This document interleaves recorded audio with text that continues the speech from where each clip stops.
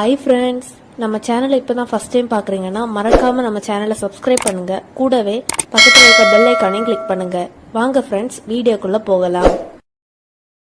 Hi friends, நாம இன்னைக்கு இந்த வீடியோல பார்க்க போறது ஹெல்தியான ஓட்ஸ் பனானா ஸ்மூதி. வாங்க ஃப்ரெண்ட்ஸ், எப்படி பண்றதுன்னு பார்க்கலாம். நம்ம இப்போ ஓட்ஸ் பனானா ஸ்மூதி எப்படி செய்யறதுன்னு பார்த்துடலாம்.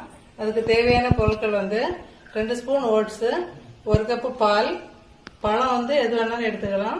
நான் இப்போ ரசவள்ளி பழம் எடுத்துக்கிறேன். நட்ஸும் உங்க தேவைக்கு ஏற்ப, அதுவும் ஆப்ஷன் தான். அப்புறம் டேட்ஸ் 2 டேட்ஸ் எடுத்துக்கிறேன். இப்போ ஸ்வீட்டு தேவைக்கு ஏற்ப நாட்டு சர்க்கரை சேர்த்துக்கலாம்.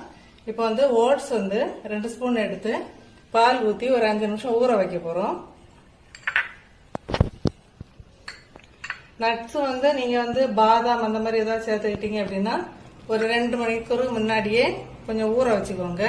இப்போ நம்ம கேஷ்யூ தான் சேர்த்துருக்குறோம், அதனால அதையும் இப்போ இதை ஓட்ஸ் கூட சேர்த்து ஒரு 5 நிமிஷம் ஊற வச்சுக்கலாம்.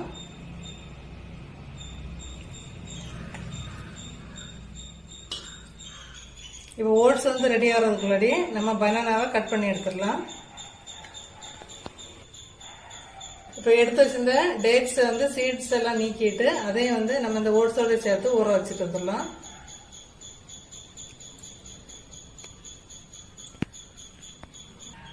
இப்போ நம்ம 1 கப்பு ஸ்மூதி ரெடி பண்றதுக்கு 2 சின்ன ரசவள்ளி பழம் எடுத்து இப்படி சாப் பண்ணி எடுத்துருக்குறோம். இப்போ நீங்க உங்களுக்கு தேவைக்கேற்ப வேற சிங்கம்பழமோ எது வேணாலும் சேர்த்துக்கலாம். இப்போ அதை பிளண்ட்ல சேர்த்துடலாம். ஓட்ஸ் இப்ப ரெடி ஆயிடுச்சு, நம்ம அதையும் இப்ப அதே சேர்த்துடலாம். இனிப்புக்கு இப்ப நான் 2 ஸ்பூன் நாட்டு சர்க்கரை சேர்க்கிறேன். அது தேவைக்கேற்ப நீங்க எவ்வளவு வேணாலும் சேர்த்துக்கலாம். இப்ப நம்ம இதை ஒரு மிக்சில வச்சு ஒரு பிளண்ட் போட்டு விட்டுட்டு அதுக்கப்புறம் பால் சேர்த்து திருப்பியும் அடிச்சு எடுத்துக்கலாம். இப்ப நம்ம சேர்த்த பழம் எல்லாம் சேர்த்து ஒரு கப் பிளண்ட் பண்ணி எடுத்துட்டு வந்துருக்கோம். இனி இப்ப இது கூட பாலையும் சேர்த்து ஒரு கப் கூட பிளண்ட் பண்ணி எடுத்துடலாம்.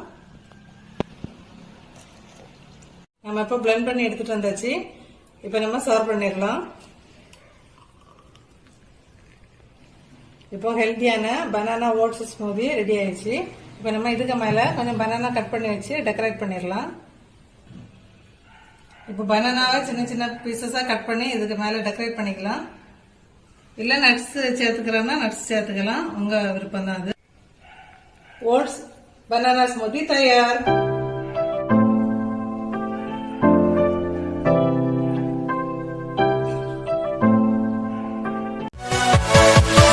Yeah.